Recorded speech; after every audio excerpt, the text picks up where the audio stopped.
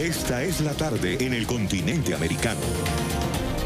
Cuando anochece en Europa y amanece en Asia, así cae la tarde en el continente americano y transcurre la noche y el amanecer en el resto del mundo. La tarde. Bienvenidos a la tarde de NTN 24. Gracias por acompañarnos. Las vías de comunicación están abiertas para usted, como siempre, a través de las cuentas de Twitter. Comenzamos. Y al hecho comienzan a avisar a los demás guardias que hay dentro de toda la institución.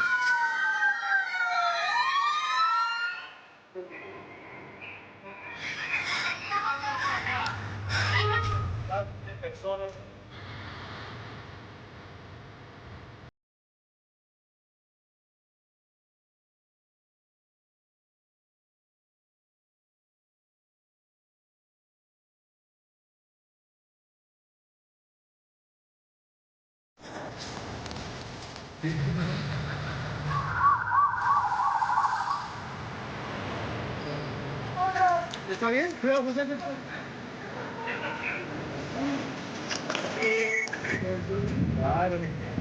Un acto terrorista cometido por el ELN.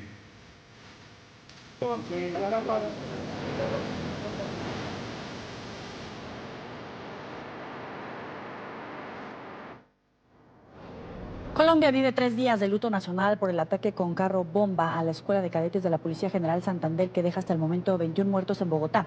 La Fiscalía General de Colombia responsabilizó del atentado a la guerrilla del Ejército de Liberación Nacional, ELN.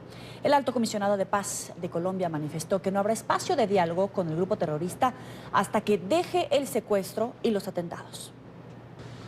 Tras las investigaciones realizadas por peritos y la interceptación de llamadas, se logró determinar que el atentado en la Escuela General Francisco de Paula Santander fue realizado por el Ejército de Liberación Nacional.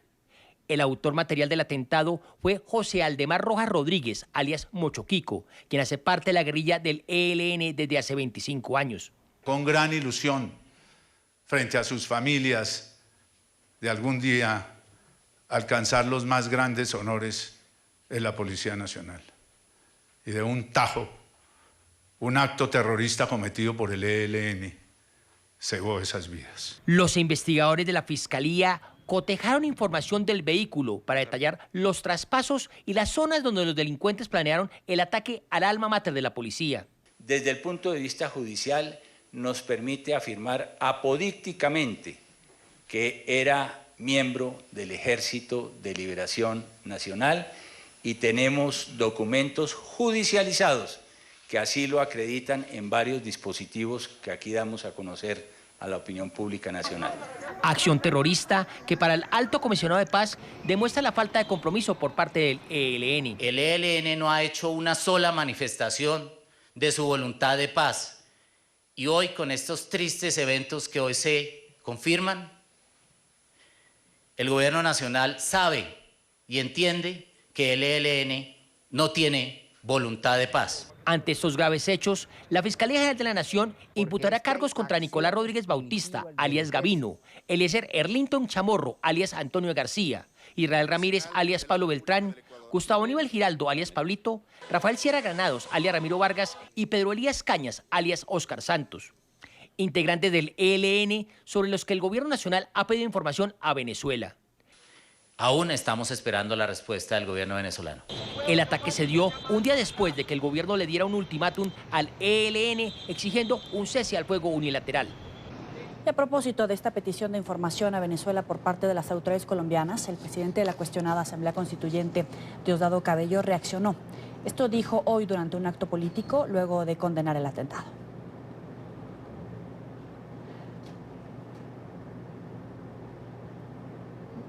A esta hora nos acompaña Luis Eduardo Celis, asesor en posconflicto de la red ProDePaz. Señor Celis, gracias por estar con nosotros. Bienvenido. A ustedes, muy amables por la invitación. Primero que nada, quisiera preguntarle qué busca el ELN con este tipo de acciones. Bueno, desafortunadamente en Colombia tenemos un conflicto armado no resuelto y la lógica del ELN es que en la medida en que ese conflicto no está resuelto, se sienten la libertad para actuar desde su lógica. Entonces, los hechos de ayer en la estación de policía, tan dolorosos, tan tan condenables, pues desde la lógica del ELN y la continuidad del conflicto. Y le quiero preguntar, ¿es una decisión que se pudo haber tomado por un solo frente del ELN o es una decisión en todo caso consensuada entre las cabecillas del ELN? No, yo creo que si esto es responsabilidad del ELN, es una decisión en el marco de decisiones colectivas. Consensuadas de punta a punta. Correcto. ¿Y qué se busca con este tipo de acciones cuando había una mesa con diálogos suspendidos, pero se había avanzado? ¿Es una medida de presión en todo caso del ELN o es un manotazo en la mesa para retirarse de la misma? No, pues es que desafortunadamente en este gobierno con el presidente Iván Duque no hay un proceso. O sea, no del gobierno del presidente Iván Duque con el ELN en la delegación de La Habana. O sea, se terminó el gobierno del presidente Santos, la delegación del ELN que ha coordinado Pablo Beltrán ha permanecido en La Habana, pero no ha habido una sola reunión entre el ELN y el gobierno del presidente Iván Duque, porque tienen dos lógicas muy diferenciadas. O sea, el presidente quiere un proceso con condiciones, ha dicho con claridad y lo han reiterado en el día de hoy, que no están interesados en un proceso cuando el ELN mantiene el secuestro, mantiene el sabotaje sobre la infraestructura petrolera, mantiene la confrontación. Y el ELN ha dicho que está dispuesto a discutir sobre todo en el marco de una bilateralidad. Entonces, esas dos lógicas tan diferenciadas es lo que ha hecho que no tengamos un proceso y que el ELN haya actuado, si es el ELN, porque no, pues la Fiscalía ha dicho que es el ELN, tiene pruebas muy, digámoslo, razonablemente documentadas del autor del atentado y su vinculación con el ELN, y si es el ELN, pues es una acción del ELN en el marco de su lógica de que el conflicto continúa, y por supuesto fue una acción para tensionar el conflicto. Este puede ser el primero de una serie de atentados, es decir, que ha escalado nuevamente a este nivel de atentados, incluso en la capital colombiana? Bueno, yo esperaría que aún en medio de este dolor tan grande y de esta situación tan complicada, el presidente no finalice, digámoslo, esa pequeña luz de un proceso con la delegación del ELN en La Habana. O sea, tenemos una pequeña luz y es que aún hay una delegación del ELN en La Habana, aún hay la posibilidad de que se pueda hacer un proceso.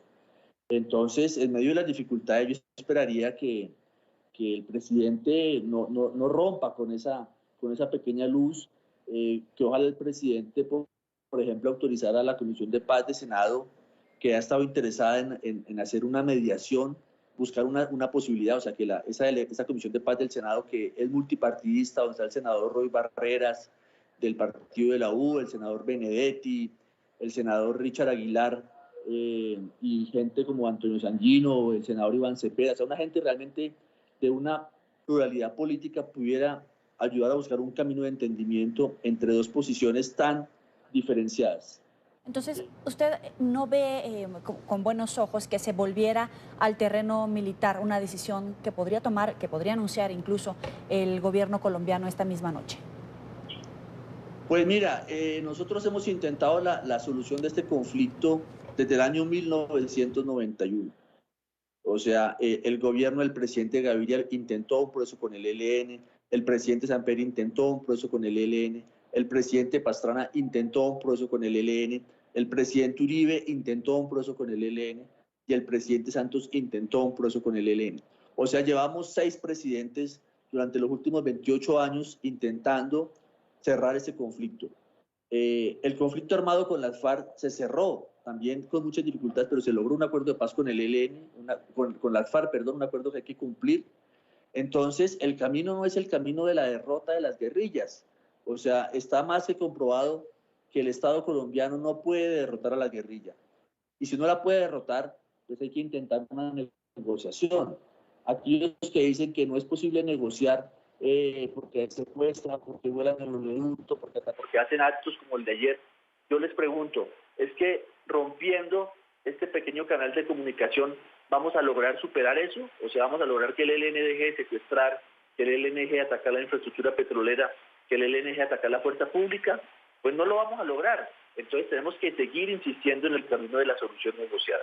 Claro, pero hoy mismo hay voces que le dicen al presidente Duque que no se debe negociar con criminales que no están dando muestras de esta disposición al diálogo, y menos, como usted lo dice, con un atentado como el día de ayer. Pues es que lo que estamos intentando es acabar con este sufrimiento y con esta barbarie. Entonces la pregunta es, ¿cómo hacemos para acabarla? Tenemos que sentarnos a hablar para acabar eso. Tenemos que sentarnos a hablar y buscar un entendimiento. Pero si no hablamos, lo que vamos a tener es la continuidad del sufrimiento. Ahora, ¿cuáles son estas dos vertientes? ¿Qué le espera al colombiano? No tanto en términos políticos, que por supuesto el problema o la solución va a ser a partir de ahí, pero el colombiano, ¿cuáles son estos escenarios que tiene de frente en caso de que el ejército vuelva a las calles, vuelva al campo y se dé una guerra por guerra? O que se vuelva a encender, a darle ese espacio a la luz de esperanza que usted dice para la paz. ¿Cuáles son esos escenarios? Pues mira, es que el gran drama es que hay una sociedad colombiana que no sufre cotidianamente el conflicto. Entonces, cuando el conflicto llega a Bogotá o a Cali o a Medellín, entonces se arma todo este sufrimiento. Pero hay una Colombia que sufre todos los días el conflicto. Es la Colombia donde está ese campesinado pobre y donde el conflicto permanece en el territorio.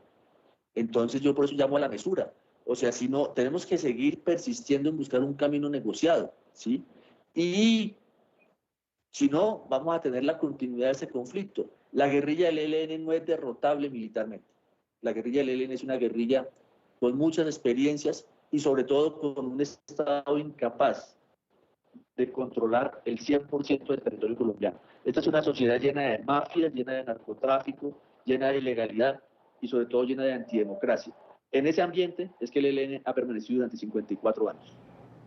¿Por qué habla de esa fortaleza inderrocable por parte del ELN cuando ya se adelantó un proceso también de negociación con las FARC? ¿Qué se puede aprender de ese ejercicio que se pudiera tomar en cuenta para este ejercicio que se está haciendo con el ELN? Pues yo creo que la gran enseñanza de la negociación con las FARC es que hoy no tenemos unas FARC, o sea, hoy el partido FARC ha condenado de manera enérgica el atentado de ayer. Hoy tenemos un partido en el Congreso, una gente que está discutiendo en el Parlamento colombiano. ¿Y eso cómo se logró? Se logró mediante un diálogo y una negociación. Y la única forma de integrar y determinar esta violencia fratricida es un proceso de diálogos y negociaciones. No es el camino de la guerra el que nos va a llevar a un buen puerto. El camino de la guerra lo que va a hacer es alargar el sufrimiento. Y ahí el sufrimiento, y también es el mensaje del ELN, el sufrimiento no solamente va a ser en el campo colombiano, el sufrimiento va a ser en las ciudades colombianas. Entonces, si el presidente Iván Duque tiene que escoger entre sentarse a negociar con el ELN y a buscar un camino de entendimiento o controlar al ELN, lo cual es casi que imposible.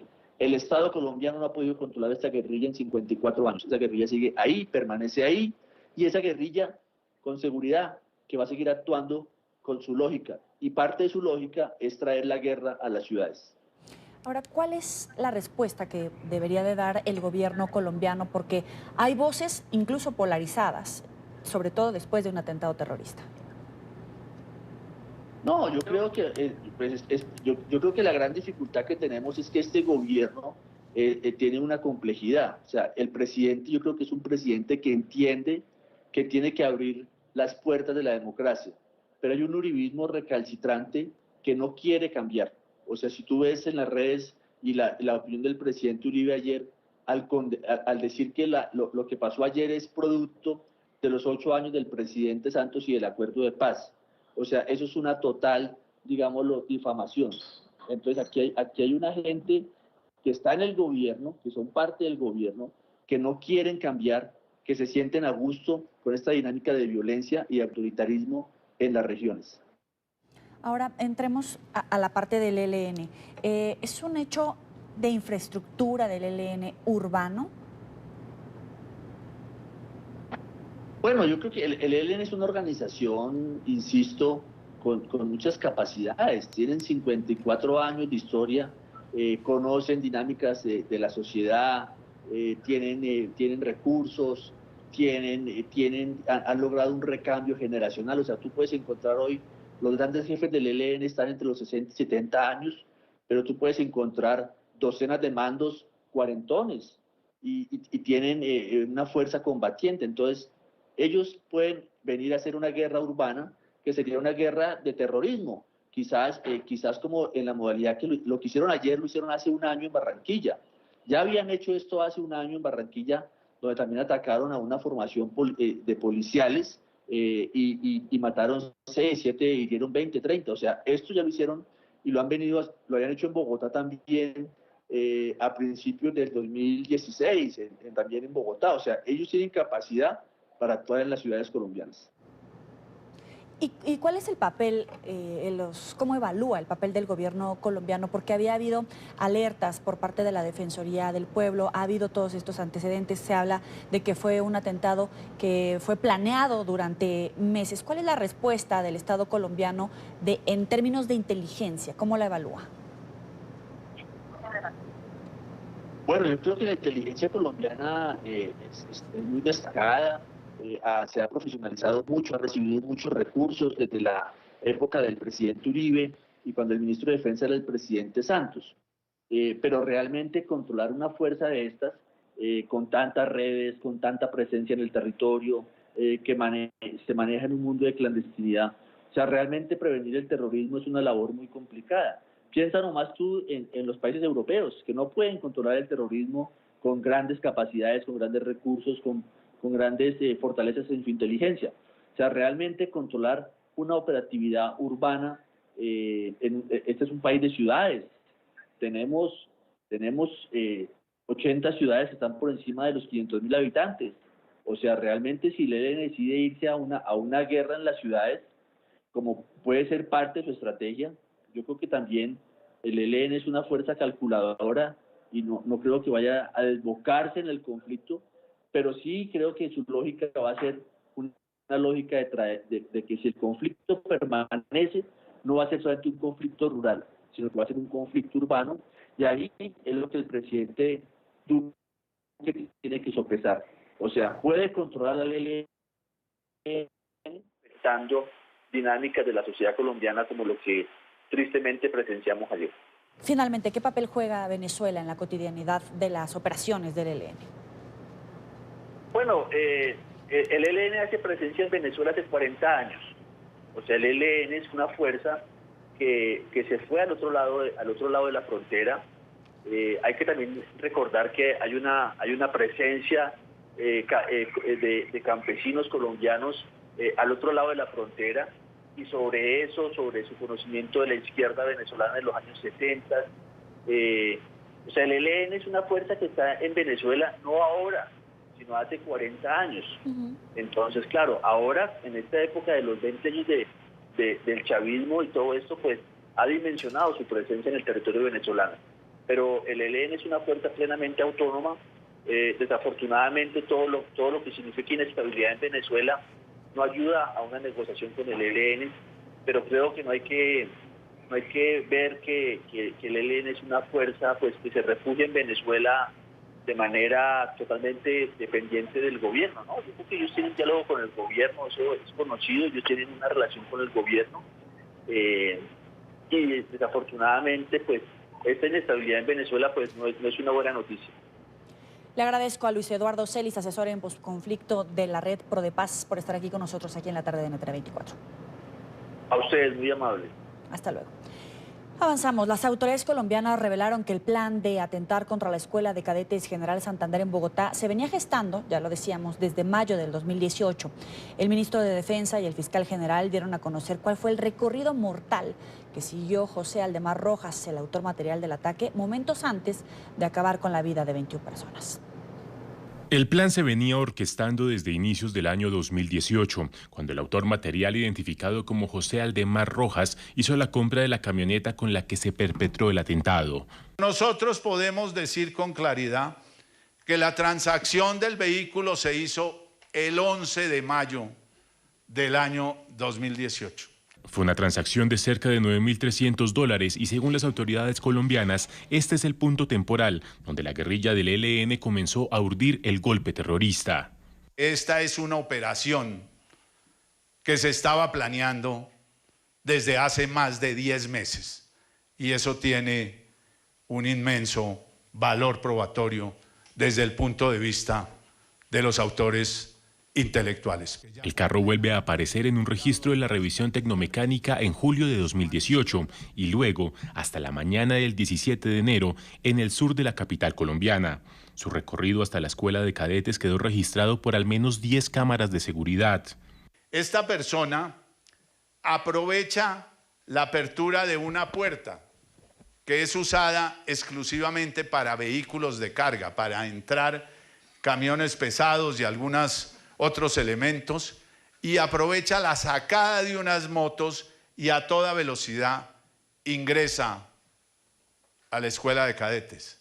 Según el ministro de Defensa, el carro alcanzó a recorrer varias vías dentro de la guarnición. Incluso alcanzó a ser detenido por un momento por un policía. Aquí dio reversa para buscar otra vía y luego vino la explosión. En esta parte del programa vamos a saludar a Víctor de Currea Lugo, escritor y periodista, analista de temas de conflicto armado. Gracias por estar con nosotros. Bienvenido. Gracias y buena tarde. Para empezar, ¿en dónde están los colombianos en este momento después de este ataque terrorista? ¿Qué es lo que se vislumbra a bote pronto después de este hecho? Mire usted, hay varias cosas que hay que resaltar. Primero, hay una gran incertidumbre sobre el proceso de paz y qué va a pasar con el proceso de paz que se intentó por el gobierno de Santos, que se congeló bajo los últimos 5 meses del gobierno de Duque y que no ha logrado florecer con el Ejército de Liberación Nacional. Segundo, hay una creciente desconfianza en las redes sociales y en varios columnistas de opinión sobre la veracidad de la información que brinda el gobierno colombiano, por 3 cosas. Primero, porque quien está dando la información es el fiscal general de la Nación, que ha sido seriamente cuestionado por la sociedad por sus vínculos con Odebrecht y la forma inapropiada en que ha manejado la información del caso Odebrecht. Segundo, porque ha habido antecedentes en Colombia de actos en los cuales nos han hecho creer que se trata de un grupo armado y resulta que ha sido fuerzas del Estado, como fue unos ataques de carrobomba en una posesión del expresidente Uribe, o la supuesta muerte del líder de las disidencias de las FARC, Guacho, que no termina de ser creíble. Y tercero, porque la cantidad de información que hemos recibido es contradictoria. Fíjense que ayer circularon fotos donde el carro es detenido en la puerta para hacerle una revisión y ahora dicen que entró a gran velocidad y solamente explotó. También dijeron algunos policías que se habían utilizado perros antiexplosivos y ahora dicen que no, que eso no fue cierto. Nadie va a colocar una bomba con la cédula propia, con el carro propio, a pagar las facturas y hacer un atentado. La información no corresponde, digamos, a un patrón de comportamiento que uno le haga creíble lo que está diciendo el gobierno colombiano. Y justamente, si no hay esta certeza, ¿no queda aún peor la situación? Claro, por supuesto. Yo no estoy descartando de ninguna manera que haya sido el ELN, pero sí en las hipótesis de trabajo incluyo otros actores. Entre ellos están los grupos narcotraficantes, especialmente los vinculados con los carteles mexicanos, porque en México la violencia ha causado un impacto y ha logrado controlar parte del Estado mexicano bajo el imperio de la violencia narcotraficante. Eso puede estarse dando acá. Y lo tercero, grupos de extrema derecha. Aquí hay generales, el general Andazábal fue asesinado y todavía no sabemos quién. El líder político Álvaro Gómez Hurtado de derecha fue asesinado con vinculación de grupos de extrema derecha. Y es muy, muy complejo la situación en Colombia. Salir a acusar al ELN, me parece que hay que manejarlo como una hipótesis más, no hay que descartarlo, pero no es la única. Y lo que sí es cierto es que quien da la información es un gobierno bastante desprestigiado, con muchas mentiras y una fiscalía bastante cuestionada por la opinión pública. ¿Este es el primero, en todo caso, de otros atentados, de otro nivel, de otra escalada de atentados? A ver, ha habido ataques. El Ejército de Liberación Nacional puso una bomba en un cuartel de policía en un barrio que se llama La Macarena, y en la ciudad norte de Colombia, en la región del Caribe, hay una ciudad que se llama Barranquilla. Allí hubo otro ataque en los últimos años. Sin embargo, en esos ataques el ELN ha salido a reconocer públicamente su responsabilidad y su autoría. Entonces, aunque lo que hemos sabido, hemos estado, digamos, los periodistas que tenemos canales, hemos estado insistiendo en los medios públicos que el ELN dé alguna explicación, pero el hecho de que el ELN no se haya pronunciado no necesariamente nos permite concluir que ellos hayan sido y simplemente no quieran dar la cara. Tienen por tradición dar la cara y asumir sus responsabilidades, entonces no sé por qué en este caso sería diferente. Le agradezco a Víctor de Currea Lugo, escritor y periodista, analista en temas de conflicto armado. Gracias por estar aquí con nosotros en la tarde. Gracias. Avanzamos. El embajador de Colombia en Estados Unidos convocó a la comunidad colombiana en Washington, embajadores y el secretario general de la OEA, para recordar a los héroes caídos tras el ataque a la Escuela de Cadetes de la Policía General Francisco de Paula Santander, un golpe a una institución considerada emblemática en América Latina como centro académico para la formación de oficiales. Emiliana Molina, periodista en NTN24, tiene la información. Adelante. Hola, ¿qué tal? Muy buenas tardes. Cantando el himno nacional desde la Embajada de Colombia en Washington, funcionarios y las autoridades homenajearon a las víctimas y a los héroes fallecidos tras los ataques perpetrados por el ELN en Bogotá. Hoy lloramos a nuestros muertos con la firme convicción de que ese dolor nos da fuerza para enfrentar la tarea que tenemos frente a nosotros como sociedad y como país. Esa tarea es la de erradicar el terrorismo, esa tarea es la de recuperar la tranquilidad que los colombianos piden y desean, y es la tarea inflexible de doblegar a los violentos con todas las herramientas que la ley nos permite. El secretario general de la Organización de Estados Americanos, Luis Almagro, se pronunció en el evento condenando los ataques y también condenando el apoyo que Venezuela le brinda a estos grupos terroristas.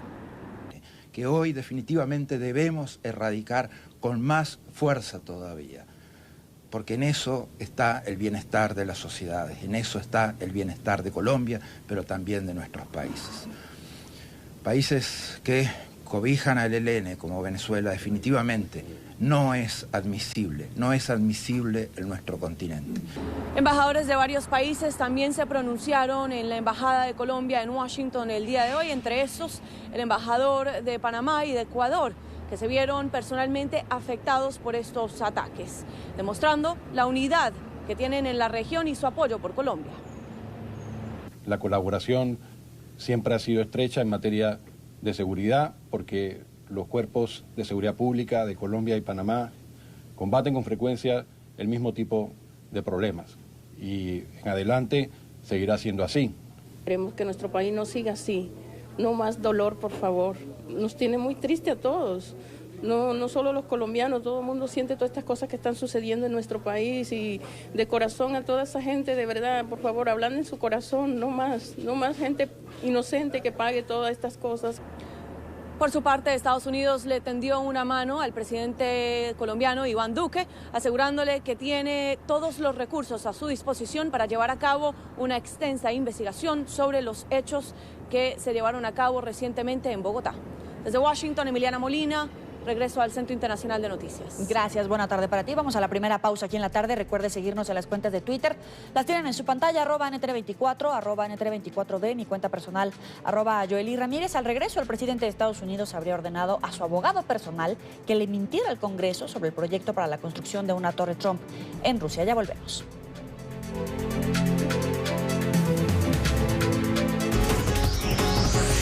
Ya regresamos con La Tarde.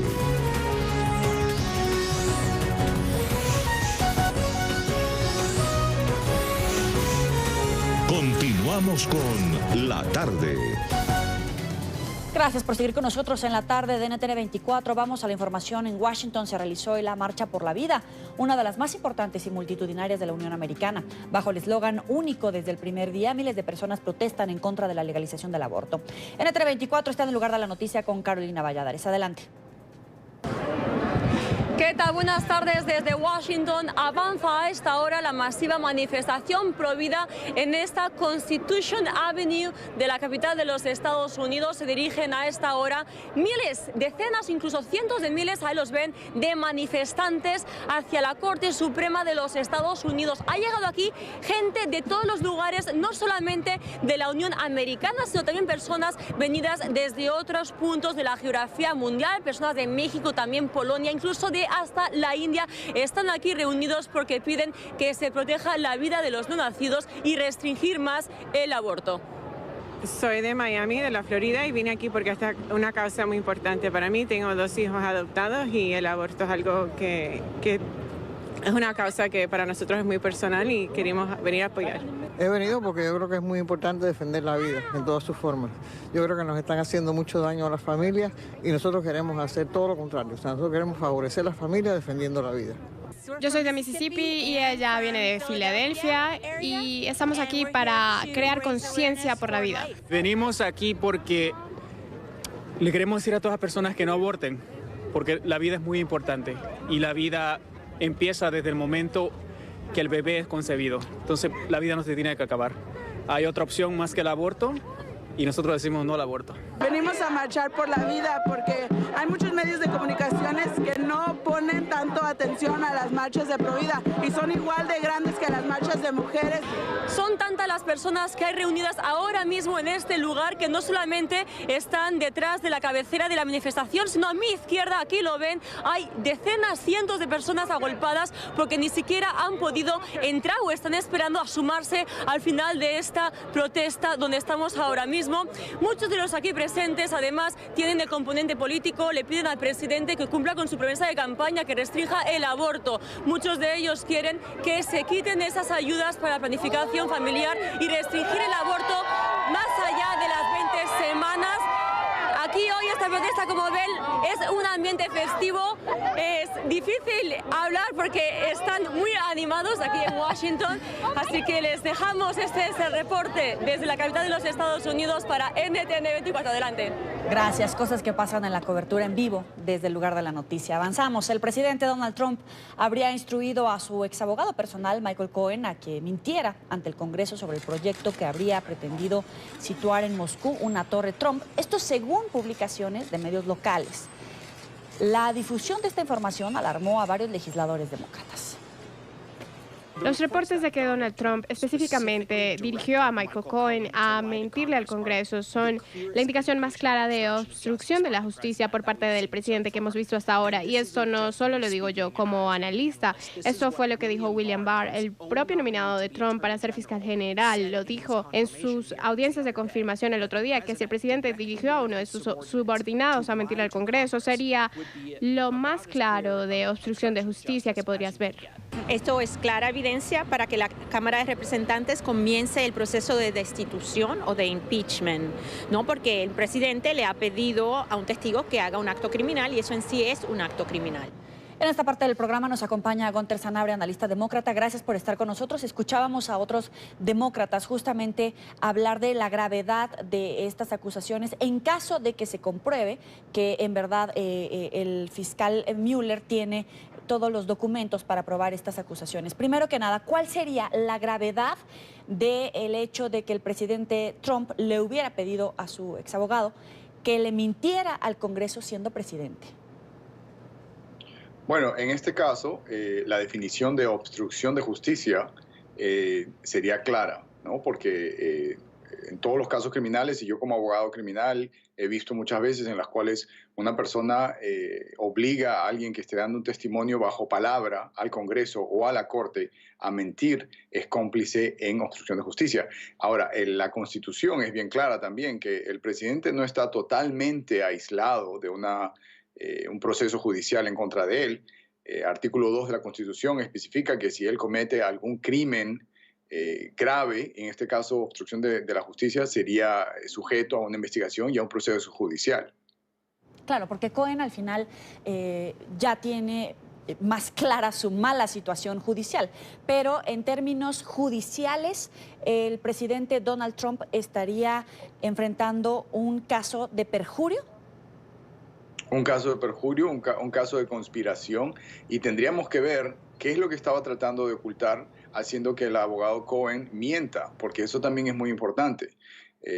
Hacer que un testigo o interferir con un testigo en una investigación es un delito, pero también tiene que verse las intenciones que tenía el presidente Trump de tal vez tapar información o tapar un crimen que él ya había cometido. O sea, son cosas que pueden escalar mucho más rápidamente una vez que se determine qué es lo que estaba tratando de ocultar con su relación con Rusia. Y podría ponerlo en una posición de hasta ser retirado de la Casa Blanca. Claro, incluso algunos analistas ya empiezan, por ejemplo, a poner sobre la mesa una comparación con el caso Nixon a este caso, porque se está hablando justamente de obstrucción a la justicia. Algunos dicen que es la base para iniciar un juicio político, otros incluso piden la renuncia del presidente. ¿Qué tan lejos o qué tan cerca está esta posibilidad? Esta posibilidad está muy clara en este momento, es una de las cosas más serias que él va a estar enfrentando, pero como dije anteriormente, todo depende de qué es lo que estaba tratando de ocultar, haciendo de que el abogado Cohen mienta en su testimonio, porque en este caso también tenemos problemas con Rusia en los cuales se ha cuestionado la lealtad del presidente para ver si es que él estaba solamente haciendo alguna relación internacional con Rusia o si en verdad estaba protegiendo los intereses de un país extranjero, lo cual lo pondría en una situación muy, muy delicada con respecto a seguir siendo presidente de los Estados Unidos. Ahora tenemos el 2020 a la vuelta de la esquina, pero hay muchos escépticos. Dicen que Trump, por más acusaciones, por más caso de la trama rusa, no ha pasado a mayores. La diferencia en este caso, ¿cuál podría ser? Bueno, como hemos visto, el presidente Donald Trump él ha negado desde el primer día y ha negado tanto que ha habido en este momento dudas de que lo que estaba diciendo sea verídico o no, porque acuérdense que él ha dicho que no había tenido contacto con Rusia primeramente y segundo dijo que no tenía ningún interés económico financiero con Rusia, lo cual al parecer la evidencia va a demostrar que no es verdad. Entonces ya estamos viendo de que lo que había dicho anteriormente el presidente y que había negado rotundamente es todo falso. Entonces veríamos hasta dónde llegan los argumentos del presidente de que no hubo collusion, de que no hay interferencia de Rusia, de que él no tiene relaciones con Rusia y qué más nos habrá dicho el presidente que en este momento estamos viendo que no sea verdad. Y Mueller tiene esa fortaleza, esa capacidad, incluso esa capacidad política, esa fuerza, por ejemplo, en este momento en la Cámara Baja para ir avanzando en el terreno hasta llegar a la destitución del presidente Trump. En este momento la Cámara Baja tiene el poder para empezar las investigaciones. Vamos a ver hasta dónde llegan, pero también tenemos que tener en cuenta que el fiscal Barr, o el elegido, él mismo ha declarado que él estaría en contra de cualquier tipo de acusaciones de obstrucción de justicia. Vamos a ver si es que él cumple con su palabra, cumple con su trabajo de ser neutral y aplicar las leyes como están, o si favorece a Donald Trump en ver de qué es lo que él está tratando de explicar en este momento. Y hay independencia de poderes, hay esa fortaleza en la confianza en las instituciones de Estados Unidos, porque en este momento estamos hablando de Barr, pero si hacemos una lectura rápida del país, ¿existe esa fortaleza? Exacto. La esencia del gobierno de los Estados Unidos es la división de poderes y en este momento el ejecutivo, el legislativo y el judicial están totalmente separados y son independientes. El ejecutivo, con el presidente Trump, él puede decir que quiere hacer un montón de cosas con respecto al poder judicial, pero el poder judicial es independiente. Y el poder legislativo, que es el Congreso en este momento, también es independiente. Por eso es que Nancy Pelosi en este momento le insinúa, o bueno, en claras palabras, le dice que no haga su presentación del State of the Union, que estaba puesta para el fin de este mes. ¿Y cómo evalúan el papel de los republicanos? ¿Se puede seguir fisurando, puede dividirse a tal grado de dejar solo a Trump? Yo pienso que en este momento los republicanos están tomando muy en serio estas acusaciones y viendo qué les conviene hacer para el futuro, porque acuérdense que muchos republicanos perdieron sus sitios en las elecciones del año pasado por apoyar y por seguir los mandatos y seguir las políticas de Donald Trump. Y hemos visto cómo la Cámara Baja cambió totalmente con más de 30 asientos que ganamos en las elecciones de noviembre. Ahora, en este momento está el cierre de gobierno. Este tipo de información, ¿cómo influye en el electorado estadounidense cuando está en juego, por ejemplo, el discurso del Estado de la Unión, donde algunos le dicen, entrégala solamente por escrito, evitemos este jaloneo por la construcción del muro fronterizo? Es decir, hay muchas banderas del presidente que están en juego, pero también existen estos escándalos. ¿Cómo evalúan, cómo lo está recibiendo el electorado estadounidense? La comunidad americana se está dando cuenta que el presidente Trump, el único interés que tiene es su interés político. Él no tiene interés en mejorar el sistema, no sea de indocumentados con su petición del muro, pero en este momento está afectando ciudadanos americanos. Y no solamente ciudadanos americanos, sino aquellos que trabajan para el gobierno. O sea, estamos hablando de gente que se dedica al bienestar de todos nosotros, no solamente de su propio trabajo, no está hablando de gente que trabaja en una compañía privada, está hablando de aquellos que trabajan para el gobierno por el beneficio de todos los ciudadanos americanos. Entonces esto, cuando él se dé cuenta de cómo está afectando esto su aceptación política, las cosas van a cambiar muy rápido, porque son cerca de 800,000 trabajadores federales y son sus esposas, y son sus familias, y son sus hijos. Entonces el pueblo americano está dándose cuenta de que al querer él imponer su póliza del muro, está afectando el resto del país en una manera que no va a poder recuperarse. Pero también hemos visto un voto oculto que respalda de todas formas al presidente Donald Trump. El muro no puede resultar contraproducente tanto para demócratas como para republicanos, porque al final, hoy por hoy, es el estadounidense el que no está percibiendo su salario justamente por el debate del muro fronterizo. Pero es no solamente el debate del muro fronterizo, o sea, son todas las pólizas de Donald Trump. Ahora, en este momento, los demócratas ya le han presentado varias ofertas a Donald Trump que podrían ser aceptadas, como por ejemplo, aceptar DACA, aceptar The Dream Act, ¿okay? Los soñadores, aceptar algún tipo de beneficio que ayude al resto de la población y no solamente se enfoque en que él reciba sus $5 billones para el muro. O sea, en este momento no se ha demostrado que el muro vaya a cambiar la situación migratoria en los Estados Unidos. Eso es solamente una propuesta que él hizo, una promesa que hizo en su primera campaña electoral, y hasta donde yo puedo ver, y mucha gente puede ver, su campaña del 2020 depende de que él consiga el muro o no. Solamente el muro, porque al final pues también está la caravana migrante, porque sí, está el Dream Act, etcétera, estas cosas que han estado sobre la mesa, pero el presidente sigue utilizando esta bandera de los criminales que vienen en la caravana y siguen llegando caravanas. Hoy por hoy hay una nueva caravana de centroamericanos ya en territorio mexicano, es decir, también puede utilizar estas noticias en desarrollo a su favor. El presidente Trump ha usado ya este tipo de retórica para asustar a la ciudad, para crear caos, para crear miedo. Pero ya vemos que los resultados no son como él los describe. Por ejemplo, las caravanas de abril de 2018, vamos a estar muy claros, eran 4.500 personas, de las cuales solamente 90 o 100 personas pudieron ingresar a los Estados Unidos. No hubo invasión. Además, las caravanas de noviembre se estima que solamente van a aceptar 200 personas de las 4.000, 5.000 y la invasión que él describía. Esta última caravana no llega ni siquiera a 500 personas y él está utilizando números de 10.000, de 15.000. Eventualmente el pueblo americano se va a dar cuenta de que Donald Trump solamente tira cortinas de humo que al final se disipan y se ve la verdadera política que él está tratando de encontrar, que es de ser reelegido y mantener lo que él cree que es mejor para su política.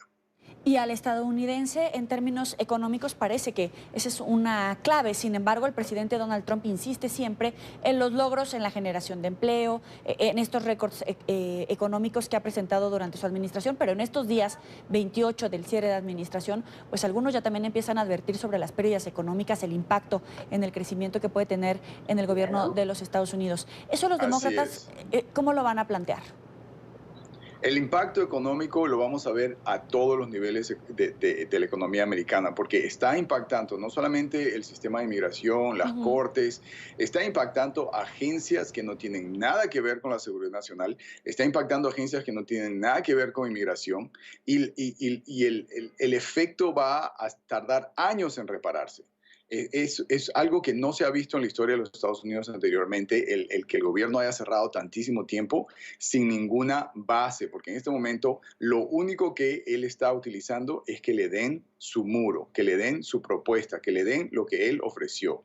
No tiene ninguna base, no ha demostrado con hechos que el muro va a cambiar la situación de inmigración, y mucho menos tiene los hechos o las bases para demostrar que los inmigrantes que cruzan la frontera son los criminales que él describe, o las drogas que él describe son las drogas que pasan por la frontera. Es más, las agencias de drogas y las agencias de investigación han demostrado que eso no es verdad.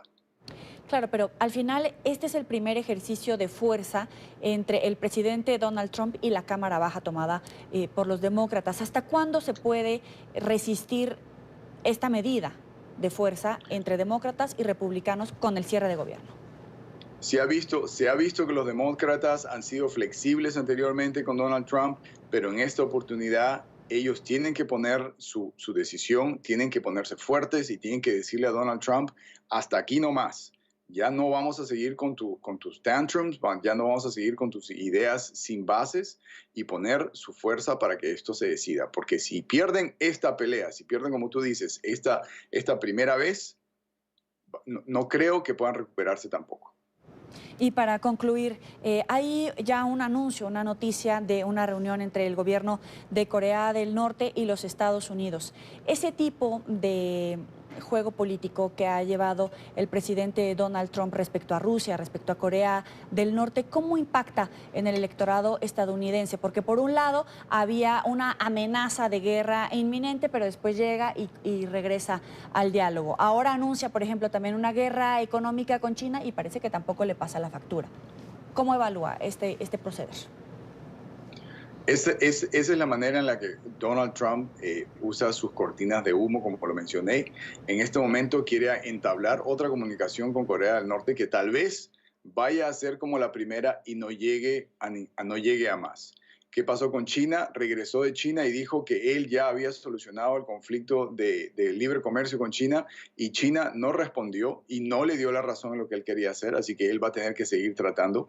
Y en este momento con Rusia, las sanciones de Rusia van a tener que ser mucho más severas, específicamente porque existe en este momento un tratado que se vence el 2 de febrero, que es con respecto al armamento nuclear, y Rusia no ha cumplido con lo que tenía que hacer. Así que vamos a ver cuál es la posición de Donald Trump ahora que sabemos su relación financiera y personal con Vladimir Putin y con Rusia. Es el pulso político de las noticias más importantes en este momento desde Estados Unidos, con el análisis de Gunter Sanabria. Gracias por estar con nosotros aquí en la tarde de NTN 24. Gracias. Hasta luego. Y el secretario general de la ONU informó que sostuvo hoy una conversación telefónica con el presidente de Colombia, Iván Duque, tras el atentado terrorista en Bogotá. También el jefe de Naciones Unidas volvió a pronunciarse sobre Venezuela. Puso a disposición los buenos oficios del organismo internacional para renovar espacios de diálogo político en el país. Alejandro Rincón tiene la información. Adelante. Hola, feliz tarde para todos. El secretario general de la ONU ha entregado su primera rueda de prensa del año 2019, donde fue consultado sobre una gran variedad de temas de interés para la comunidad internacional. Nos vamos a concentrar, sin embargo, en los argumentos claves para el continente americano. Primero, nueva reacción del jefe de Naciones Unidas sobre el atentado terrorista en Bogotá. Esto dijo a NTN 24 sobre los retos que considera el jefe de Naciones Unidas tiene la nación suramericana en el proceso de construir paz.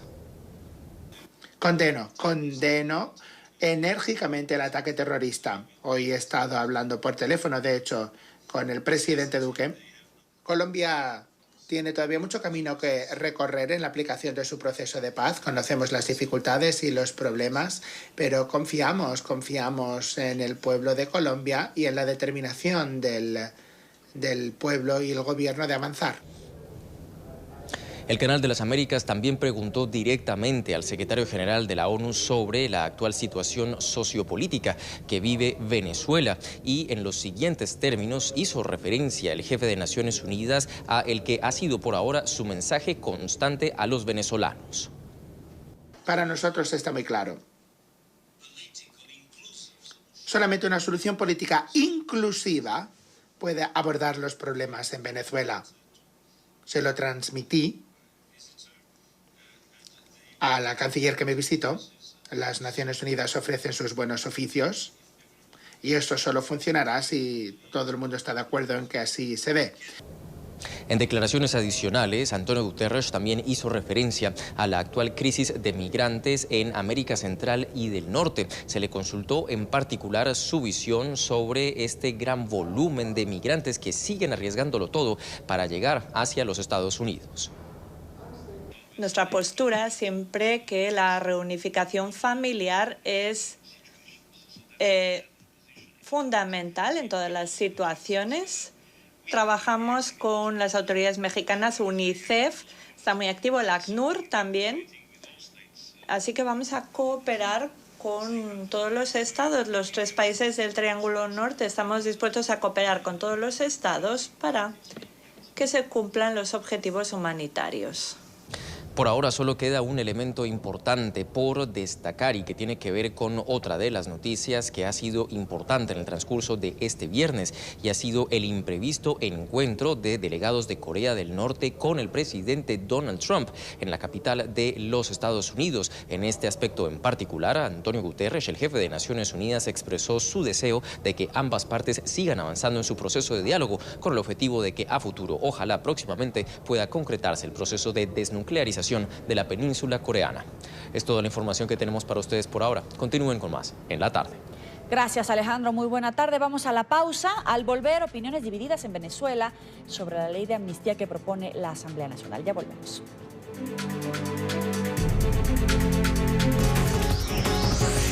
Ya regresamos con La Tarde.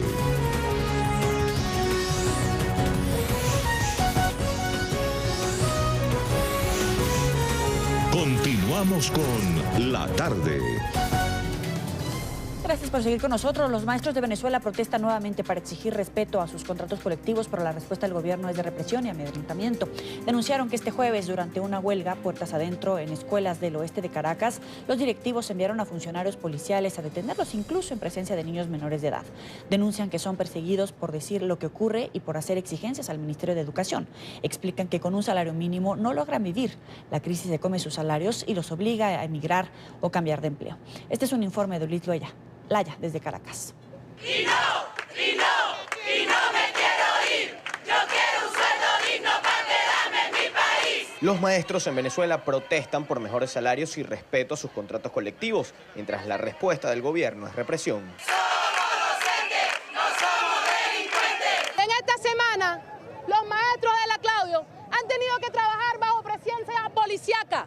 La policía ha estado aquí, al igual que fiscales, levantando procedimientos administrativos, levantando actas para enviar a la zona educativa, amedrentando a nuestros maestros. Pero ¿quién cuida la integridad de los niños el día que la policía entró ahí? ¿Con qué respuesta nos salió de la directora? Que ellos eran los hijos de los profesores, también son niños y también tienen derechos. Señalan que además los directores de las instituciones y las autoridades los amenazan con quitarles sus beneficios, incluso las misiones a las que pertenecen. Nos dijeron que nos iban a sancionar con quitarnos la bolsa. Nos dijeron que iban a averiguar si estábamos estudiando en alguna misión para sancionarnos también por allí. Ya basta de eso. Nosotros no estamos pendientes si son políticos o no. Nosotros lo que queremos es que nos reivindiquen el salario. Que supuestamente el que esté de acuerdo a este paro, su cédula de identidad está en el Ministerio de Educación. No tenemos derecho a protestar. Denuncian que quienes dirigen el sector educativo han politizado el tema. Les alegan que por órdenes superiores deben incluir en las discusiones a colectivos, esto con ganas de amedrentar. Nos encontramos abordados con VC y pare de contar. Yo personalmente le hice saber que eso era netamente laboral, docente, directivo, y ella me dijo que eran lineamientos del Ministerio de Educación. Sin embargo, el ministro de Educación, Aristóbulo Isturiz, aseguró en una entrevista al canal del Estado que ya tienen un acuerdo salarial con los docentes. Allí entra el personal administrativo y entra el personal obrero. ¿Y los jubilados? Nosotros no podemos hacer, y los jubilados, nosotros no podemos hacer discriminación entre ningún sector. La particularidad de este acuerdo es que no reconocen las escalas salariales, tal como estaba establecido en los contratos colectivos. Porque aquí no se trata de que yo estudié y tú no estudiaste. Ese no es el problema. Profesor, no claro que hay que reconocer el esfuerzo que se haga, pero nosotros no podemos... Mira, que si la brecha es muy corta, esa es una posición que no se puede admitírsela a nadie. Ojalá pudiéramos ganar todos lo mismo. Esto es calificado por los maestros como un abuso. Aseguran, no respetan su preparación. ¿Con qué ganas, uno se sigue superando si sabe que va a ganar lo mismo que cualquier otra persona. Nosotros somos formadores hasta de los propios policías. Un policía está ganando hasta 3 sueldos mínimos. ¿Por qué yo, que soy formadora de esos futuros policías, no puedo ganar lo mismo? Los trabajadores exigieron al Ministerio de Salud que sea respetado lo que firmaron en años anteriores, su contrato colectivo. Indicaron al ministro de Educación, Aristóbulo Istúriz, que no están dispuestos a ganar lo mismo. Desde Caracas, Venezuela, para NTN 24, Luis Alejandro Laya.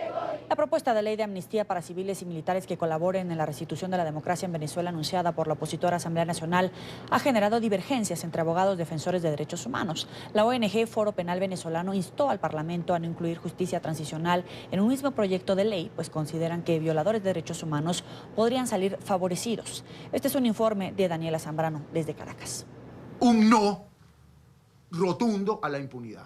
El Foro Penal Venezolano se manifestó a favor de la amnistía, pero en contra de que en un mismo proyecto de ley se incluya la justicia transicional. Una cosa es la amnistía, que concede a quienes son sus destinatarios impunidad total, lo cual es inaceptable en materia de violación a los derechos humanos, y otra cosa son estos mecanismos distintos de justicia transicional que puedan eventualmente a algunas personas brindarle algún tipo de incentivo, de reducción de la pena, de beneficio procesal, etcétera, para el caso de que esté dispuesto a reconocer su culpa y de sumarse al restablecimiento del hilo constitucional. Y es que consideran que quienes merecen la amnistía podrían quedar excluidos y violadores a derechos humanos favorecidos con el perdón. Porque confundir las cosas puede conducir a que no solamente quienes definitivamente sean beneficiarios de la amnistía al final no la reciban, sino que quienes no deben ser beneficiarios de la amnistía terminen siendo favorecidos por ella. En medio de la tensión que se vive en Venezuela con el desconocimiento a Nicolás Maduro como presidente, la ONG puso a disposición de la ciudadanía una línea directa de denuncias con la comunidad internacional, pues temen que en los próximos días se agudice la represión. Como se está aumentando la participación de la ciudadanía en la calle, históricamente eso normalmente refleja un aumento también en la represión, un aumento en los arrestos arbitrarios, un aumento incluso en los daños a la integridad física o incluso a la vida de las personas. Esa es una de las preocupaciones que tenemos. Al igual que otras ONGs, el Foro Penal respaldó el llamado que hicieron a la Alta Comisionada de Naciones Unidas para que visite Venezuela y constate las graves violaciones a derechos humanos cometidas por el régimen, pero difieren en que Michelle Bachelet encabece una comisión de la verdad. Presionar, promover en este momento la creación de una comisión de la verdad puede neutralizar de manera definitiva cualquier pretensión de que la Fiscalía ante el Tribunal Penal Internacional inicie una investigación por los graves crímenes de lesa humanidad que se han cometido en Venezuela. La ONG se puso a la orden del Parlamento para contribuir en delimitar cuál será el objeto de la amnistía a promulgar y quiénes serán sus destinatarios.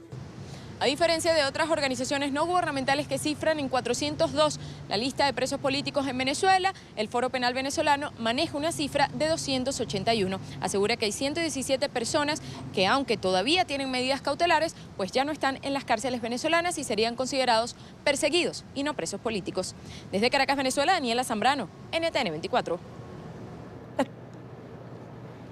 Y vamos a darle la bienvenida en este momento a el canciller de Chile, Roberto Ampuero, que está con nosotros justamente para analizar esta situación. Primero que nada, gracias por estar con nosotros. Bienvenido.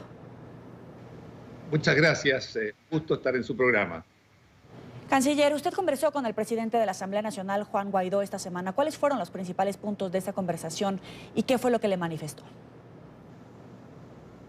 Esa conversación tuvo lugar poco después de que él fuese o recuperase su libertad. Saben, fue detenido por fuerzas agentes de seguridad del SEBIN y tuve la oportunidad de llamarlo y expresarle la solidaridad de Chile, el apoyo de Chile y nuestra admiración por la lucha y el coraje con que él enfrenta esta tragedia que es responsabilidad del régimen de Nicolás Maduro. Y en ese sentido me relató su experiencia, cuál había sido ella, el trato que había recibido. Todavía cuando hablamos tenía adoloridas las muñecas por las esposas, pero subrayó fundamentalmente su convicción y su esperanza de que los venezolanos sabrán superar esta tremenda situación y crítica situación por la que están atravesando. Es una situación, la de Venezuela, más bien es una tragedia por la que está atravesando el pueblo venezolano, y no es solamente, ya sería suficiente, ¿verdad? En la tragedia que está sufriendo el pueblo venezolano, sino que también aquí hay un impacto hemisférico debido a la migración que causa el desastre económico en que Nicolás Maduro ha colocado a Venezuela. Si usted observa las cifras, son casi alrededor de 3 millones de venezolanos que han salido. Nuestros países están recibiendo de la noche a la mañana un fuerte impacto en términos migratorios. Es delicado esto porque implica demandas y presiones sobre nuestras economías para resolver temas de trabajo, de salud, de vivienda.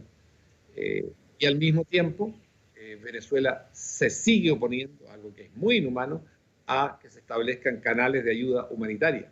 Está a la disposición de los países, entre ellas la de Chile, para poder aportar a paliar la desesperación, la desesperanza y la falta de abastecimiento de medicina y alimentos que está sufriendo el pueblo venezolano. Sin embargo, eso lo impide el régimen de Nicolás Maduro. Por lo tanto, aquí también tenemos una dimensión hemisférica, un impacto hemisférico dañino para toda la región. Y quiero decir, esta es la peor crisis migratoria que ha tenido nuestro continente. A ese nivel de crisis estamos hablando. Por eso es más importante que nunca que la comunidad internacional hable muy claro ante Nicolás Maduro y le exija, como lo está haciendo el Grupo de Lima, que busque una solución que vaya realmente en beneficio de los venezolanos, del pueblo venezolano, y que permita restablecer la democracia y que el pueblo venezolano se pueda expresar libremente. Ahora, el gobierno chileno ya dijo que no reconoce al gobierno de Maduro. Entonces, ¿con quién se va a entender el gobierno de Chile? ¿Con Venezuela? ¿Estudian la posibilidad de reconocer a Juan Guaidó como la única voz válida del pueblo de Venezuela? Mire, Chile siempre actúa en consonancia con otros países que piensan de manera afín. Esto quiere decir, trabajamos dentro del Grupo de Lima, es la forma que Chile actúa y opera en materia internacional. Lo cierto es que lo seguiremos haciendo así. Usted ha visto la posición del Grupo de Lima, ha sido muy clara con respecto a reconocer a la Asamblea Nacional como el único órgano elegido democráticamente por el pueblo venezolano, y a su presidente, Juan Guaidó, como quien encabeza, desde luego, esta Asamblea. Dicho esto, nosotros también tenemos unas relaciones diplomáticas con el Estado de Venezuela. Maduro no lo reconocemos porque la forma en que emergió es una forma ilegítima.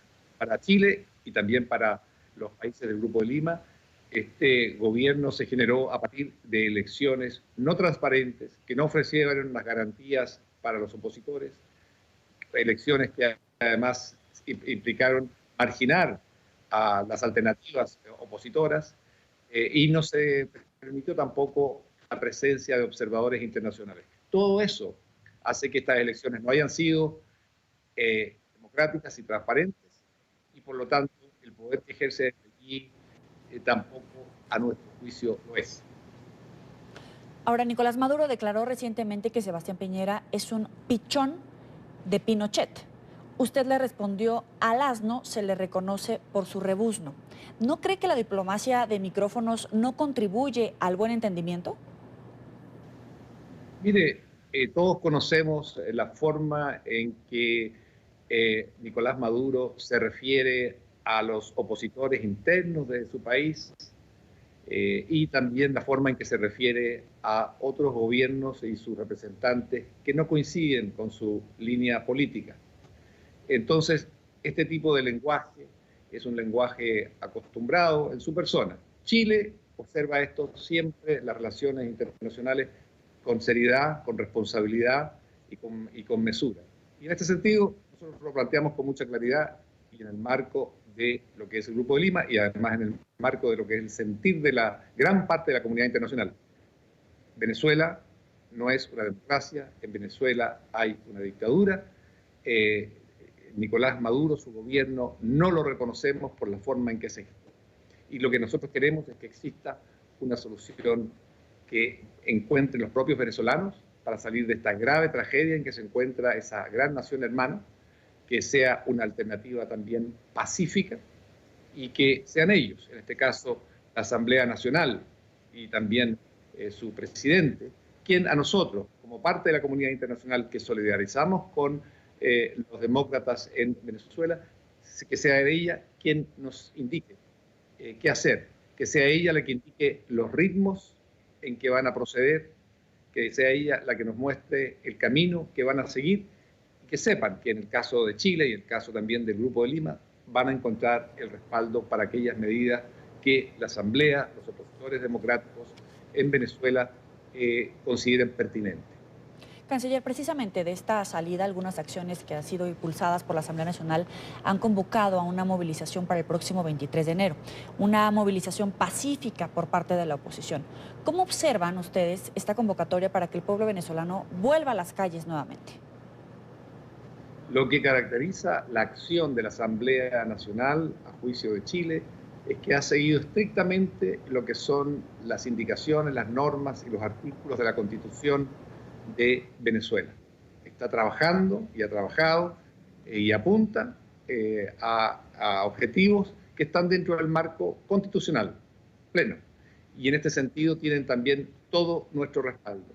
Y el hecho de que el pueblo venezolano se manifieste en términos de cómo continuar adelante, desde luego nosotros como chilenos lo observamos desde nuestro país con simpatía, con apoyo, con solidaridad y subrayamos. Nosotros queremos que la solución venga de los venezolanos y que sea a través de modo pacífico. Y en ese sentido somos muy respetuosos de la voluntad de los venezolanos.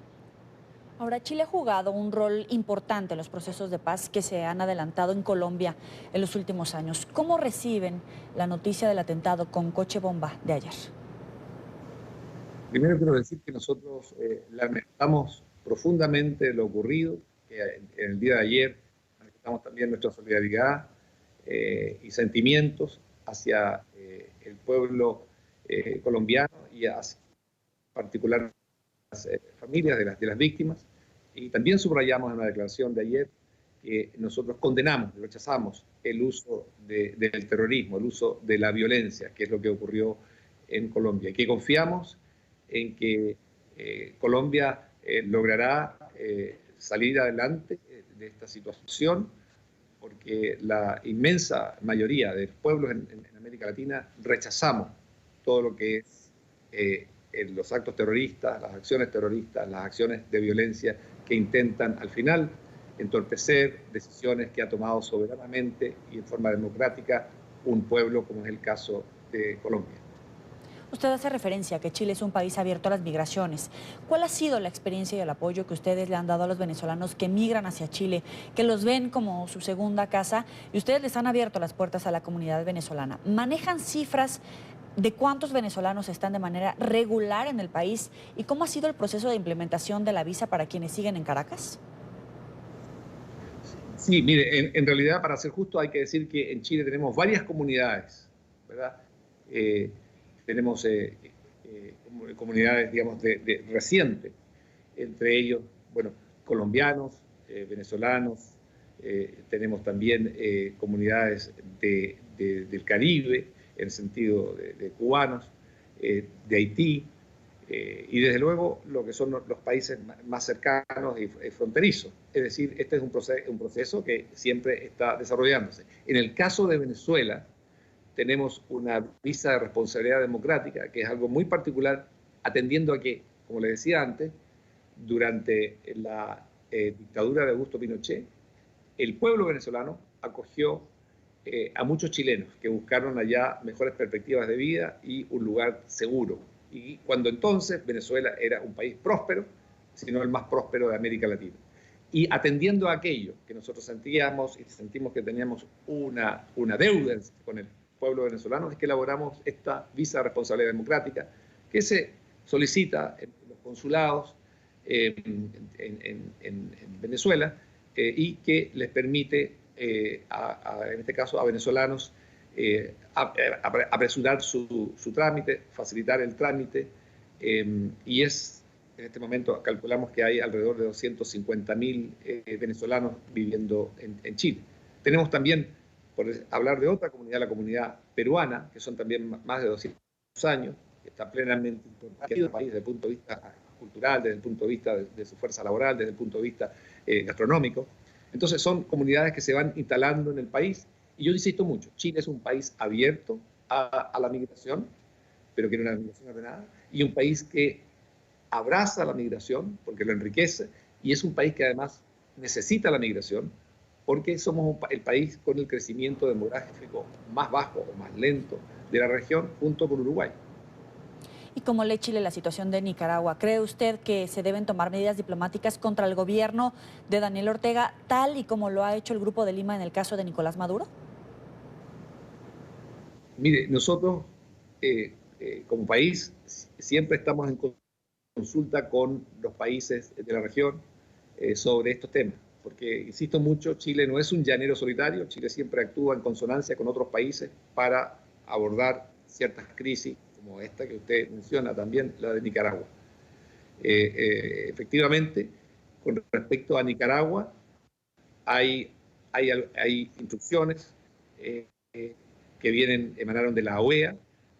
Nosotros pensamos también, algo que compartimos con otros países, que la Iglesia Católica está llamada también a jugar un rol importante, y también consideramos que tiene que haber allí un diálogo que de alguna forma conduzca a que el pueblo nicaragüense pueda expresar realmente su voluntad. Es una situación también de mucha tensión. Todos recordamos la represión que se desató en contra del movimiento opositor nicaragüense. Todos recordamos la cantidad de víctimas fatales producto de esta represión. Más de 300 personas fueron asesinadas por grupos paramilitares. Hay también una condena de la comunidad internacional frente a este tipo. Y nosotros estamos permanentemente como país y a través también de nuestra representación en la OEA abordando este asunto. Recuerde que durante la última Asamblea General de Naciones de la OEA, allí se había acercado bastante a una suerte de transición para el caso de Nicaragua, la difícil situación de Nicaragua.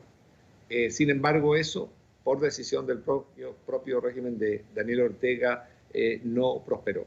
Ese es un tema que sigue pendiente, que concita mucha preocupación, que afecta y paraliza a lo que es también el funcionamiento y la integración económica de Centroamérica.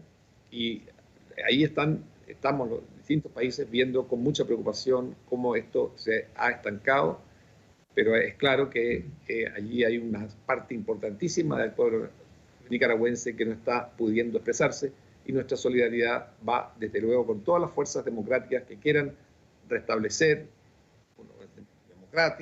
los principios democráticos, el respeto pleno a los derechos humanos, a las libertades individuales. Le agradezco a Roberto Ampuero, ministro de Relaciones Exteriores de Chile, por estos minutos para la tarde en Entre 24. Muchas gracias y un gran saludo a todos los amigos de Colombia. Y nuevamente les hago llegar a todos ustedes nuestras condolencias, nuestras simpatías y nuestra solidaridad de ese terrible ataque terrorista que han sufrido. Chile está con ustedes. Gracias por sus palabras. Buena tarde. Avanzamos. El congresista republicano Mario Díaz Balart se reunió hoy con líderes venezolanos en Miami para discutir el avance de medidas que desde el Congreso buscan dar legalidad a los venezolanos radicados en Estados Unidos.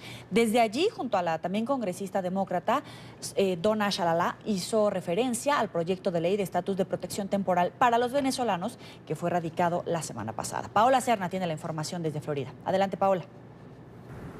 Hola, ¿qué tal? Muy buenas tardes. El congresista Díaz Balart argumentó la necesidad que tienen los venezolanos que llegan a los Estados Unidos de obtener un permiso o un estatus de protección temporal que les permita estar legalmente en el país, contar también con la posibilidad de obtener un permiso de trabajo. Comentó algunos detalles sobre el proyecto de ley que se introdujo la semana pasada en el Congreso para lograr este objetivo. Le agradecemos al presidente, al vicepresidente y a la administración que reconoce la realidad de Venezuela y está actuando de una forma, yo creo que muy agresiva. Y por cierto, vienen medidas que se van a anunciar prontos, adicionales, hacia ese régimen represivo en Venezuela. Y por lo tanto, pensamos que el momento es propicio. La administración reconoce la realidad de Venezuela. El mundo está reconociendo la realidad de Venezuela y por lo tanto, muchos de nuestros colegas están reconociendo la realidad de Venezuela y nosotros estamos dispuestos de negociar con todos. Vamos a hablar con todos en una forma bipartidista. Pensamos que el momento es propicio, pero sí, ¿es fácil? No. ¿Hay garantía que se va a lograr? No. Pero la causa es justa. El momento es adecuado. Los venezolanos se lo merecen. Absolutamente sí. Y tenemos una alianza bipartidista que nos da una oportunidad, yo creo que histórica. Es importante destacar que este proyecto de ley de TPS que busca obtener el congresista Mario Díaz Balart no es el mismo que fue sometido a finales del año pasado por los senadores Marco Rubio y Bob Menéndez. Desde Miami informó Paola Serna para NTN 24. Gracias, Paola. Vamos a una pausa, ya regresamos. Los invito a que se suscriban a nuestro canal en YouTube, NTN 24. Allí podrá encontrar todo el contenido multimedia, nuestras entrevistas, reportajes y la señal en vivo. Recuerde conectarse www.youtube.com/NTN24. Ya volvemos. Ya regresamos con La Tarde.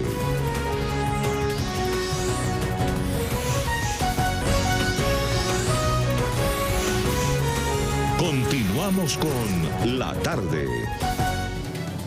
Vamos con más información. En Bolivia, la oposición pidió aplicar la Carta Democrática Interamericana al gobierno de Evo Morales por su nueva candidatura a la presidencia de la nación. Una veintena de organizaciones y partidos políticos opositores acordaron pedir la aplicación del recurso que se asigna a los países en los que se considera que se ha producido una ruptura del orden democrático. La noticia se conoce luego de que el Ejecutivo consiguiera modificar una norma constitucional que prohíba la reelección indefinida del mandatario boliviano. La oposición calificó la acción del Ejecutivo como antidemocrática. Morales, de 59 años, busca ser reelegido como jefe de Estado por cuarta vez consecutiva. Nosotros venimos para defender algo fundamental, un Tribunal Supremo Electoral que no está cumpliendo los elementos fundamentales que la democracia boliviana debe tener para la elección transparente y los instrumentos que nos garanticen reglas de juego iguales que no parece que vayan a darse tal como está trabajando el Tribunal Electoral. Y en México, el Congreso aprobó la propuesta para crear la Guardia Nacional. Los legisladores se pronunciaron en favor de la creación de una nueva Guardia Nacional de 60,000 miembros. Una propuesta del presidente Andrés Manuel López Obrador como una herramienta crucial en la lucha contra el crimen organizado. La propuesta fue aprobada por cerca de 3/4 partes de la Cámara Baja del Congreso, con 362 votos a favor y 119 en contra. La iniciativa contempla cambios en la Constitución Nacional que requieren un voto de 2/3 en ambas cámaras. El partido Morena de Obrador se asoció con movimientos de izquierda. Los críticos del plan se manifestaron con camisetas con la frase impresa "La guerra no hace la paz", y aseguran que esta fuerza puede llevar a violaciones de derechos humanos en medio de la lucha contra el crimen organizado. Ya estoy chocheando, que estoy enfermo. En esta parte del programa nos acompaña Adriana Medina Ortiz, diputada del Movimiento Ciudadano. Gracias por estar con nosotros. Bienvenida. Al contrario, muchas gracias por la invitación. Aquí estamos a la orden. Los diputados le están dando este mensaje al mundo con esta frase que pusieron en sus playeras. La guerra no hace la paz. ¿Qué nos quiere decir, diputada, con esto? Es una frase, yo creo que lo entienden perfectamente. No necesitamos militarizar al país, no necesitamos una guerra para que haya paz.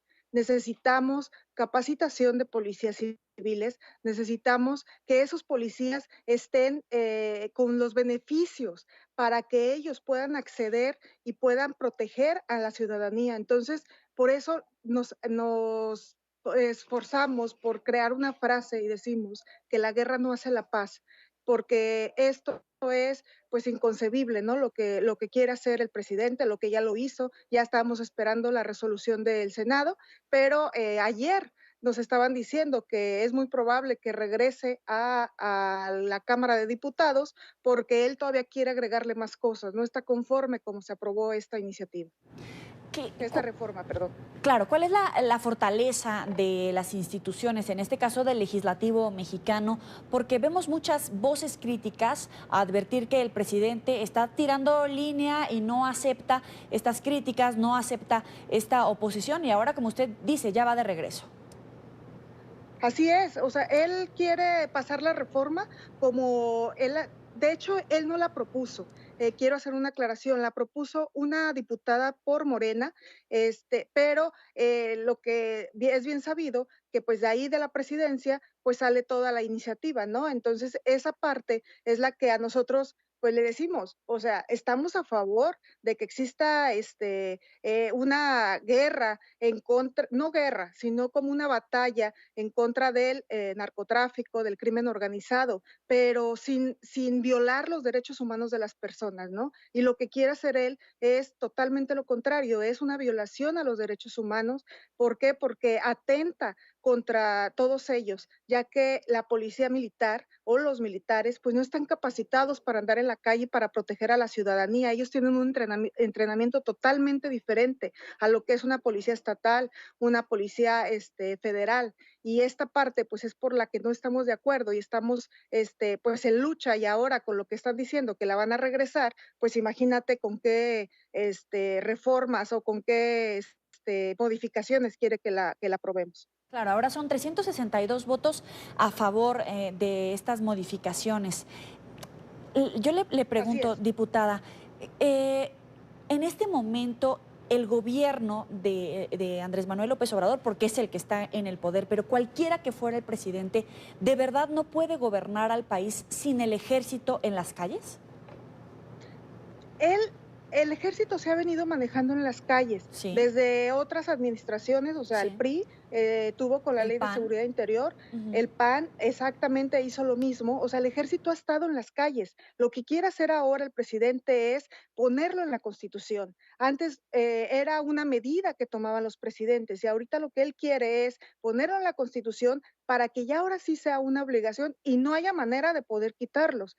Lo quiere hacer con toda esa formalidad. Ellos argumentan que debe de ser legal esta parte y por eso lo quieren poner en la Constitución, lo que nosotros no estamos de acuerdo. O sea, podemos acceder a algún tipo de sanción en el país, pero no lo metas en la Constitución. O sea, en la Constitución quieren poner santo y seña, puntos, comas de algo que no está bien. Las organizaciones civiles, los colectivos, la misma ONU, los altos funcionarios, o sea, ellos están diciendo que violan todos los derechos humanos con esta reforma, pero pues no quisieron hacer caso. Hubo una semana antes audiencias con gobernadores, con presidentes municipales, con partes de colectivos sociales para decirles, con expertos que han tratado el tema, decirles que no era viable esta reforma, que necesitaban hacer muchísimas modificaciones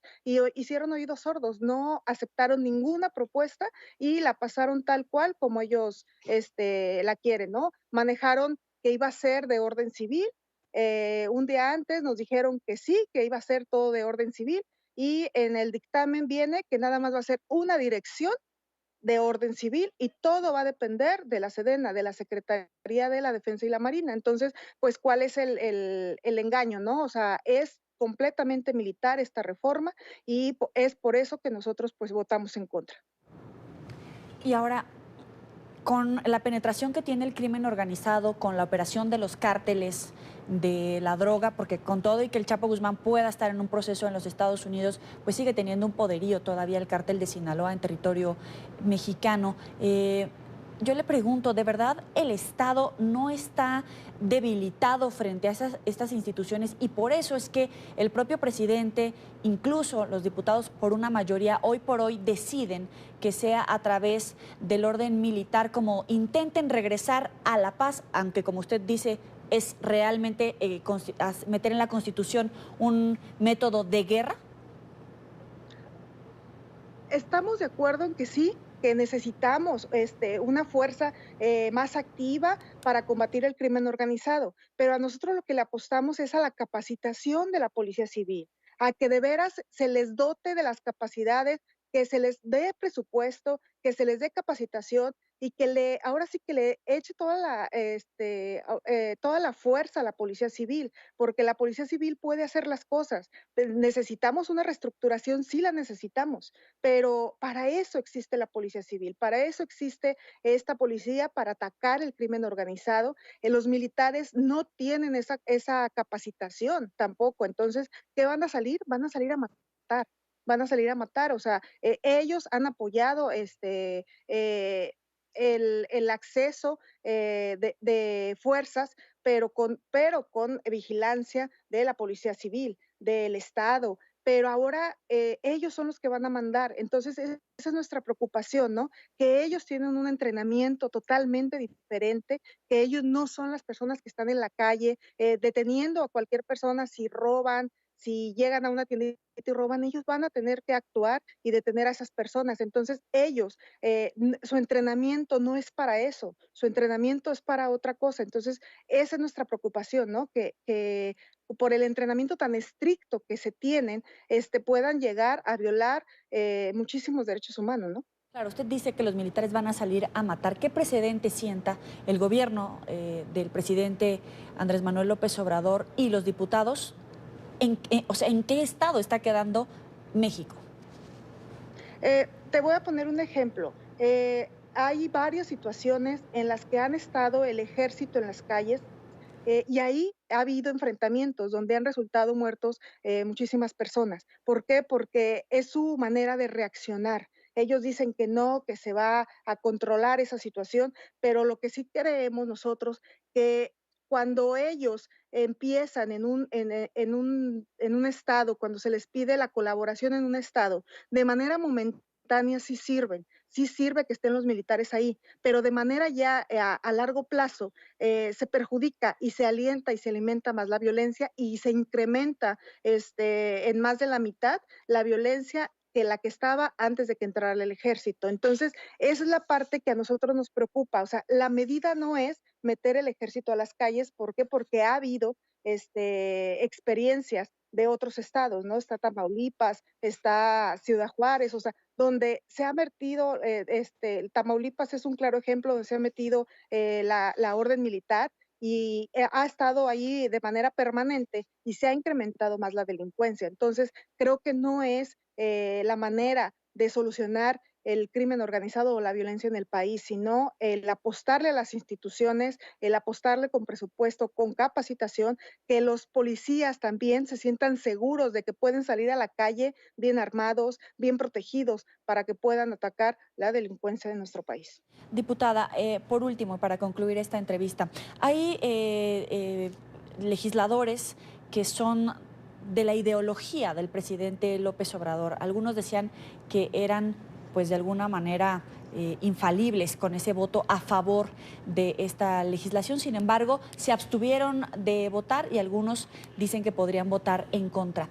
En términos de democracia, ¿cómo evalúa que incluso los propios partidistas de la ideología del presidente le estén dando esta omisión de voto o este voto en contra? Ellos mismos te ponen el ejemplo, ¿no? Ellos saben que están mal, pero no se atreven a votarlo en contra. ¿Qué hicieron? Abstenerse en el aspecto de decir, no me quiero meter en problemas, yo sé que las cosas están mal, no están bien implementadas en esta reforma, entonces me abstengo de emitir mi voto. ¿Por qué? Porque yo también no quiero ser responsable de lo que en unos años pueda pasar. Ellos culpan la bancada mayoritaria a que tuvimos 12 años de violencia, tuvimos 12 años en que las autoridades no hicieron nada y ellos llegan pisando fuerte y con esto de la mayoría que tienen, con esta mayoría absoluta y aparte que se les unió un grupo parlamentario que puso la ley de seguridad interior, que fue los del PRI, para lograr la mayoría calificada, pues ahí ves la incongruencia, ¿no? Primero están diciendo que no hicieron nada, que ellos aumentaron los delitos de delincuencia en nuestro país y se conjuntan para sacar una votación que le convenga a Morena y al mismo presidente y pueda sacar esta reforma. Entonces ahí ves la incongruencia y pues digo, desgraciadamente hay muchísimos diputados de Morena que están en contra de la reforma, pero pues dicen que no hay línea, pues ahí está la línea, ¿no? Estuvimos en la discusión a una diputada que llegó a subir reservas de Morena, los mismos de su partido la condenaron, ¿no? Le gritaron, le dijeron que se bajara. Una diputada, una compañera diputada le decía que cómo era posible que se subiera a hablar en contra de la reforma. Entonces dices, no tienen esa apertura con los diputados, no hay esa democracia como ellos han venido diciendo. ¿Por qué? Porque se limitan a los mismos de su partido a votar a favor de lo que ellos crean conveniente, ¿no? Listo, es Adriana Medina Ortiz, diputada por el Movimiento Ciudadano. Gracias por estar con nosotros aquí, diputada. Al contrario, muchísimas gracias y estoy a la orden. Hasta luego. Vamos a una pausa. Recuerde seguirnos en las cuentas de Twitter que tienen en su pantalla, @NTR24, @NTR24B, mi cuenta personal, @Yoeli Ramírez. Al regreso, tenemos datos del eclipse que se dará el próximo domingo. ¿Cómo se va a ver? ¿Desde dónde? Quédese con nosotros y a la vuelta les contamos.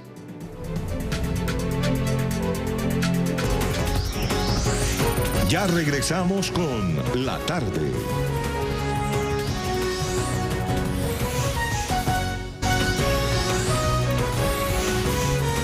Continuamos con La Tarde. Entre la noche del próximo domingo 20 de enero y el amanecer del día 21 ocurrirá el próximo eclipse. Lo bueno es que podemos apreciarlo sin necesidad de un telescopio. Nuestro satélite natural alcanzará uno de sus puntos más cercanos a la Tierra y así influirá a nosotros. Esto de acuerdo con el criterio de astrónomos, sanadores y biomagnetistas. Hechizada con el fulgor ardiente de su cuerpo, vuelve la luna a cobijar al rey con su sombra fresca. Busca el fulgor que le da brillo, que ilumina su tez de pálida apariencia y alrededor del que gravita en la esperanza de eclipsarlo cada tanto en dirección a la Tierra. Intimidad que encuentra contacto en medio de su rotación eterna y logra el abrazo fugaz con que se funde en él. Acople que impregna de temor a todo lo que vibra con sus rayos de vida aquí, en el planeta Tierra. Se presume que la energía de un eclipse es una energía negativa. Por eso se llama el oscurecimiento de la luz. Entonces se presume que puede tener también que ver con temas de sismos o temas que tengan que ver con terremotos o ciertas energías negativas. El astrólogo sabe que, como humanos, nacimos con la misión de romper con los malos augurios que el destino carga sigiloso en sus bolsillos. Ese es, y no otro, nuestro poder maravilloso y exclusivo. En un lenguaje sencillo hay un mensaje muy especial para la humanidad. El crear nuestro clan para protegernos y fortalecernos. Recordemos que en el trabajo también podemos ser una familia. Y ese nodo sur en Capricornio también nos invita a hacer cambios. Se han hecho merecedores del mayor respeto. Su poder implacable ha dejado 1000 huellas en civilizaciones pasadas que adoptaron hacia ellos la mayor reverencia y se hicieron humildes ante su presencia. Como se eclipsa el sol, también diría yo que no está bueno tomar decisiones importantes, que no está bueno ir y firmar un contrato ese día, que no está bueno hacer relaciones o asociaciones importantes.